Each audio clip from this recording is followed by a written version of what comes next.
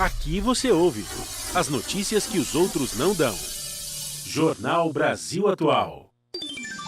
Agora são 8h04. 2 grupos de trabalho que atuavam na identificação de corpos de vítimas da ditadura militar foram extintos pelo presidente Jair Bolsonaro. Os grupos Perus e Araguaia foram atingidos pelo decreto 9.759, assinado no último dia 11, que extingue conselhos e órgãos colegiados ligados à administração federal, que visa acabar com a participação popular no governo federal. Vamos repercutir, este assunto com a Glenda Mesaroba, ela que é cientista política, especialista em justiça de transição e direitos humanos. Foi consultora da Comissão Nacional da Verdade e atualmente integra o conselho do Instituto Vladimir Herzog. Olá, Glenda, bom dia. Bom dia, Marilu, como vai? Tudo bem. Glenda, como é que você recebeu aí essa notícia, de que esses grupos de trabalho não vão atuar mais? É uma notícia muito preocupante, é uma informação muito grave. Em princípio, há essa preocupação que esse trabalho possa ser interrompido, mas ontem eu li uma entrevista da presidente da Comissão Especial sobre Mortos Desaparecidos, que trabalha com a mesma temática. Essa comissão é uma comissão criada ainda em meados da década de 90, no governo Fernando Henrique Cardoso, e ela, a Procuradora da República, Eugênia Gonzaga, e ela diz que o Grupo de Perus continua trabalhando independente do que tem sido chamado de revogaço dos conselhos. Mas, sem dúvida nenhuma, é algo muito grave e que não pode, é inadmissível.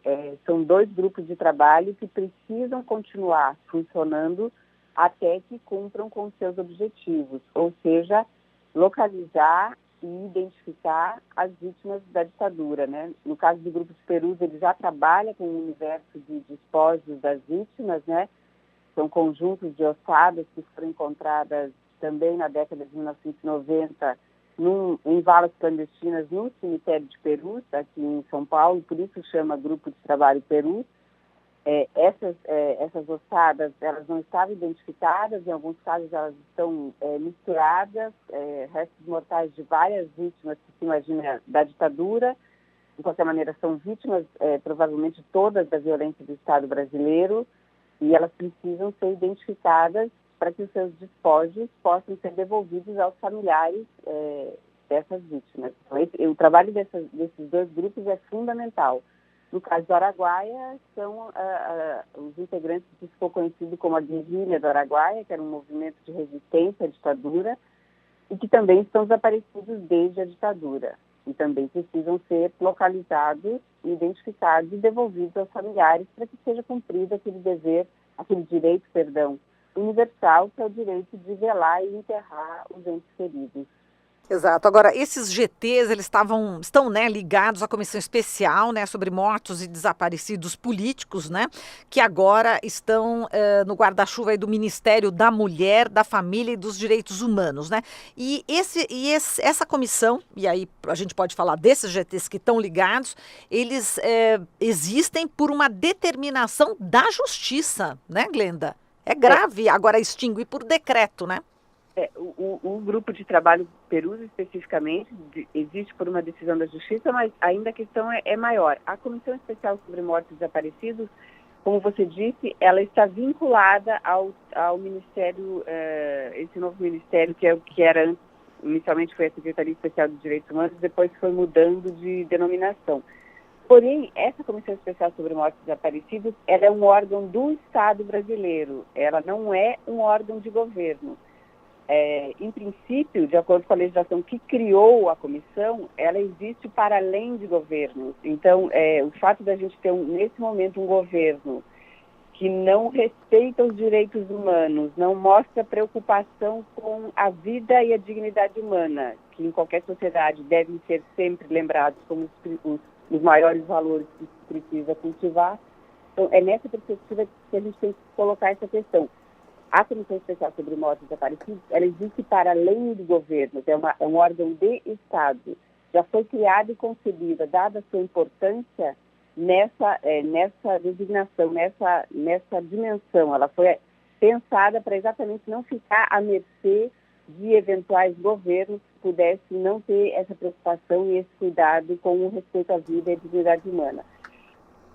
Agora, Glenda, nas redes sociais, obviamente, quando tem essa notícia, a gente vê, enfim, mensagens, né, onde existem fotos, né, com o presidente agora, Bolsonaro, mas na época, quando ele era deputado, que ele tinha um cartaz onde ele dizia o seguinte: quem procurava osso era cachorro, né, quem procura osso é cachorro, fazendo aí essa alusão também aos trabalhos do GT do Araguaia. Como é que você também vê, né, enfim, esse histórico, né, do presidente da República em relação a esse tipo de trabalho tão sério?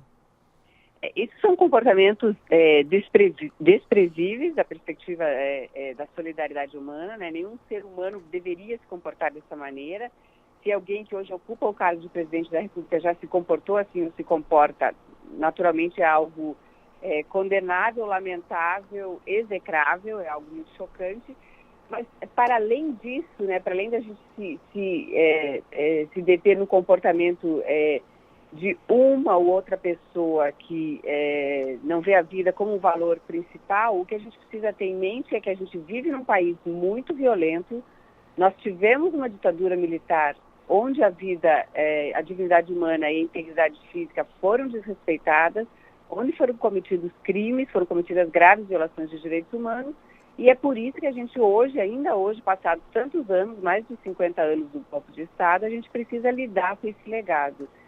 Então, nós temos que ter em perspectiva por que a gente está tratando disso nesse momento, por que isso preocupa tanto uma parcela importante da sociedade, que eu quero crer majoritária, porque eu acredito que a maioria dos brasileiros é contra esse tipo de postura e é contra a tortura, é contra graves violações de direitos humanos.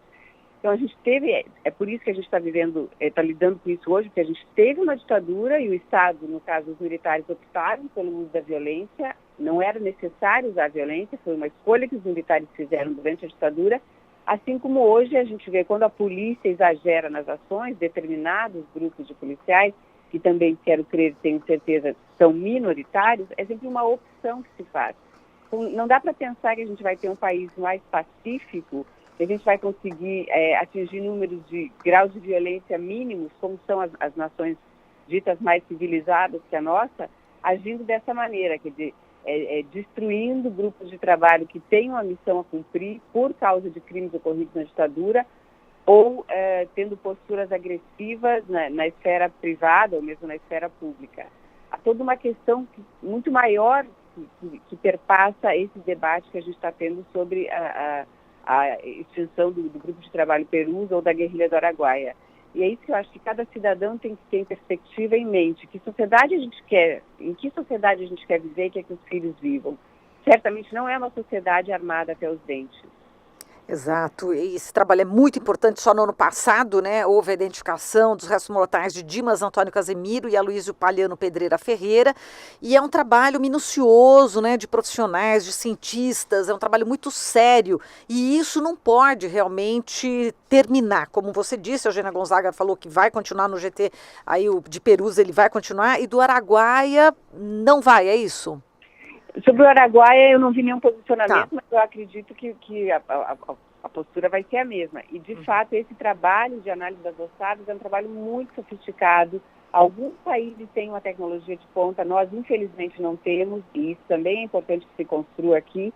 São cientistas que trabalham quase montando um quebra-cabeça, ao encontrar uma caixa cheia de restos mortais, basicamente ossos, né? Fragmentos de ossos, eles conseguem reconstituir os esqueletos e descobrir se tal esqueleto foi atingido por por exemplo, um projétil de arma de fogo, e depois fazem a comparação com o DNA dessas ossadas e o DNA que foi extraído de familiares de vítimas da ditadura, e conseguem elucidar casos que até então, há mais de meio século, permaneciam em aberto. Exato. Bom, portanto, como você falou, é muito importante que essa história também a gente entenda, que os brasileiras entendam bem o que aconteceu, justamente para não ocorrer essa violência toda que a gente vê hoje, onde, inclusive, enfim, os próprios militares do Exército dão 80 tiros num carro onde o músico estava no Rio de Janeiro, né? Cenas como essa, por exemplo, né? É uma cena trágica, sem dúvida nenhuma, algo muito gravíssimo e que nós não podemos aceitar isso pacificamente, porque nós não, sem dúvida nenhuma, eu acho, brasileiros e brasileiros não querem viver numa sociedade violenta. Não, a quem interessa a vida numa sociedade violenta? Ninguém. Quer dizer, todas as pessoas já têm grandes questões para lidar durante a vida. A violência do Estado, o Estado cujos agentes deveriam proteger a sociedade, proteger a vida humana, proteger os indivíduos, não pode se comportar assim. Então, quando a gente despreza, por exemplo, o trabalho que o GT desses faz a ponto de cogitar extingui-lo, a gente não está só lidando com uma questão do passado, da ditadura militar, de corpos de desaparecidos políticos. A gente está lidando com o nosso presente, a gente está lidando com a paz que a gente quer ter no dia a dia. Perfeito. Glenda, a gente agradece aqui a sua participação. Um grande abraço para você. Muito obrigada, bom dia. Bom dia. Falamos aqui com a Glenda Mesaroba, ela que é cientista política, especialista em justiça de transição e direitos humanos. Foi consultora da Comissão Nacional da Verdade e hoje integra o conselho do Instituto Vladimir Herzog.